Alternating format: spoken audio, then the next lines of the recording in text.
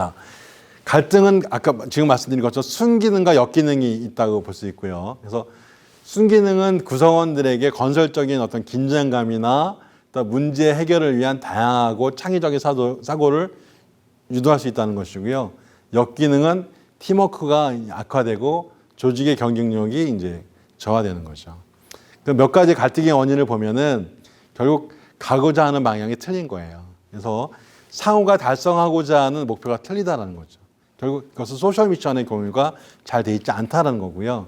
그리고 본인이 가지고 있는 어떤 지각과 욕구, 가치관이 다 틀립니다. 어떤 사람은 아침형 인간이고 어떤 사람은 저녁형 인간이고 어떤 사람은 너무 과업지향형이라 일을 받으면 바로 시작하고 어떤 사람은 생각부터 하고 나중에 일하고 일하는 방식에서 오는 이 차이를 다른 것이지 틀린 것이라고 인정하는 순간 갈등이 벌어지는 거죠. 그리고 한정된 자원을 놓고 필요한 주체 간의 어떤 제로성 게임을 하는 겁니다.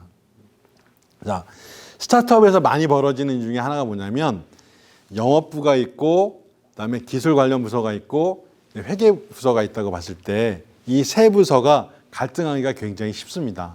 왜냐하면 회사의 목표를 위해서는 동일하게 하지만 영업부의 가치관은 잘 팔리는 물건을 만들어 달라는 게 영업부의 어떤 요구사항이에요. 시장에 가서 팔아야 되니까. 근데 기술부의 입장에서는 좋은 제품을 만들면 잘 팔린다는 게 기술 파트 사람들의 생각입니다. 원가가 다소 비싸고 소비자가가 비싸더라도 어떤 좋은 제품을 만드는 게 기술 파트 사람들의 가치관이고요. 회계 담당 사람들은 어떤 걸 팔아도 좋은데 이익이 많이 내는 것을 팔아라라는 것들이 관점이죠. 결국 이 세 사람들이 모여서 끊임없이 반복합니다. 잘 팔리는 물건이 좋다. 마진이 많이 남는 물건이 좋다. 아니다. 기술적으로 완성도가 높은 제품이 좋다라는 거죠. 이 CEO가 이 세 그룹이 모두 회사를 위한 어떤 미션을 얘기하지만 이것을 적절하게 조정을 못하면 산으로 갑니다. 갈등되고 이것들을 조정하는 능력들이 필요하다라고 볼 수 있죠. 그리고 결국 또 어느 행위 단위 간의 과업이 상호 의존적인 경우라는 거죠.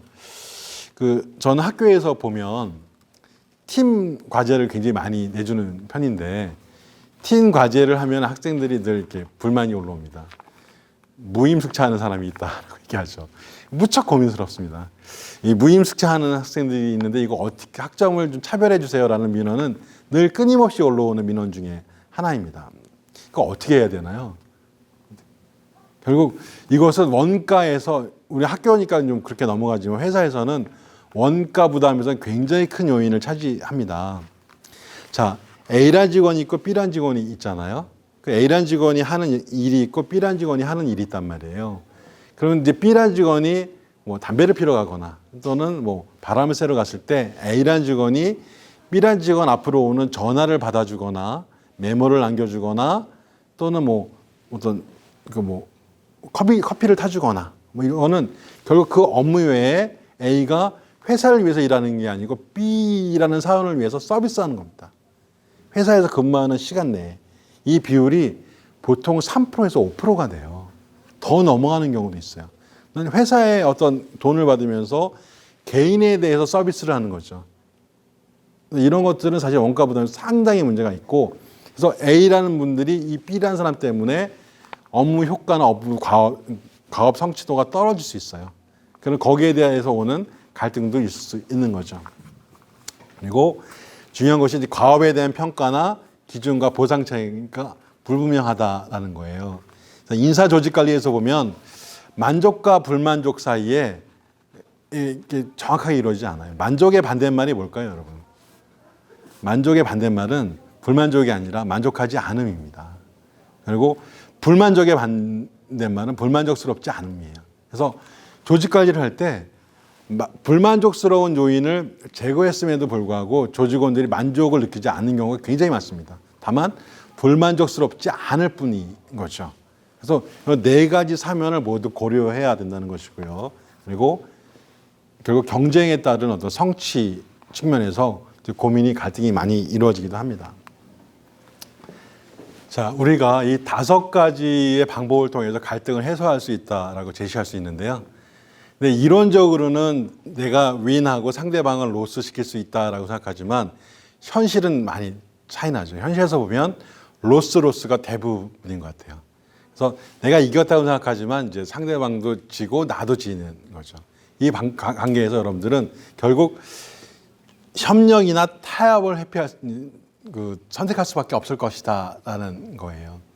그래서 이런 관계들을 잘 이해를 해서 또는 가장 좋은 법 중에 하나가 내가 이길 수 없으면 처음부터 상대방과 대응을 안 하는 것도 좋은 방법 중에 하나인 거죠. 결국 이 얘기는 뭐냐면 자, 갈등 관리에서 얘기하기 뭐야? 좀 전략적으로 보실 때 상대방이 만약에 고등학교 학생이고 나는 초등학생이다라고 보면 일반 기업들은 그 고등학생이라고 보이고 나는 스타트업이기 때문에 굉장히 조그만 학생이죠. 그래서 고등학교 학생은 초등학교 학생이랑 꼰트를 할 때 아무런 전략이 필요 없어요. 오면 한 대 뻥 때리면 됩니다. 하지만 초등학교 학생은 고등학교 우리 형을 이기기 위해서는 전략이 필요해요. 그래서 전략을 짜거나 아니면 처음부터 싸움을 피하거나 라고 하는 거죠. 이길 수 없는 싸움은 피해야 된다라고 이제 볼 수 있는 겁니다. 자, 이런 방법을 통해서 우리는 갈등을 해결할 수 있다라고 볼 수 있습니다. 자, 결국 그 진인사 대처명이라는 것이 있고 모든 것이 사람이 하는 일이다라고 봅니다. 결국 우리가 언뜻 소셜 벤처에서는 사고방식이 어떤 과업이나 어떤 그 제품에 맞춰져 있지 않고 사람을 중심으로 이루어지기 때문에 사람에 대한 이해가 매우 중요하고 사람의 행동 방식이나 사람들이 어떻게 어떤 그 배경이나 성취도를 이해하는 것이 매우 중요하다라고 볼 수 있습니다. 그래서 최근에 소셜 벤처를 꿈꾸는 어떤 그 창업자들은 굉장히 많이 공부를 해야 된다라는 말을 제안을 드리고 있습니다. 그리고 요즘 창업은 고도의 정신 노동이 필요한 어떤 일이 됐습니다. 그래서 일반 회사에 가서 내가 일하는 것보다도 훨씬 더 많은 노력을 해야 되기 때문에 특히 여러분들이 인간관계에 대한 어떤 기술을 반드시 배워야 되고요. 그다음에 심리학이라든가 조직관리에 대한 책들을 반드시 익혀야 된다는 겁니다. 그래서 한 가지 제안을 드린다면 조직관리나 팀관리에 대한 책을 이제 사셔서 옆에 꼭 놓으셔야 되고요. 이걸 처음부터 끝까지 다 읽으실 필요는 없다라고 보여집니다. 사전을 찾아보듯이 그때그때 이슈가 있을 때 가장 스탠드한 방법들을 찾아보고 다음에 주변의 어떤 유사 사례를 검색해보고 신중하게 이끌어가는 것이 중요하다라고 볼 수 있습니다. 자, 처음에 했던 얘기를 다시 하면서 마무리하겠습니다. 자, 빨리 가려면 혼자 가야 되고요. 또 멀리 안전하게 가려면 여럿이 가야 됩니다. 이 여럿이 가는 과정에서 가장 중요한 것이 팀을 구축하는 것이고 오너 입장에서는 팀 빌딩을 통해서 스케일업을 해서 우리의 어떤 미션, 세상을 좀 더 좋은 곳을 만들고자 하는 미션들이 멈춰지지 않도록 하는 어떤 그런 노력들을 그런 방법들을 잘 이어나가시는데 도움이 되는 강의였으면 좋겠다라는 마음으로 마무리하겠습니다. 이제 고맙습니다.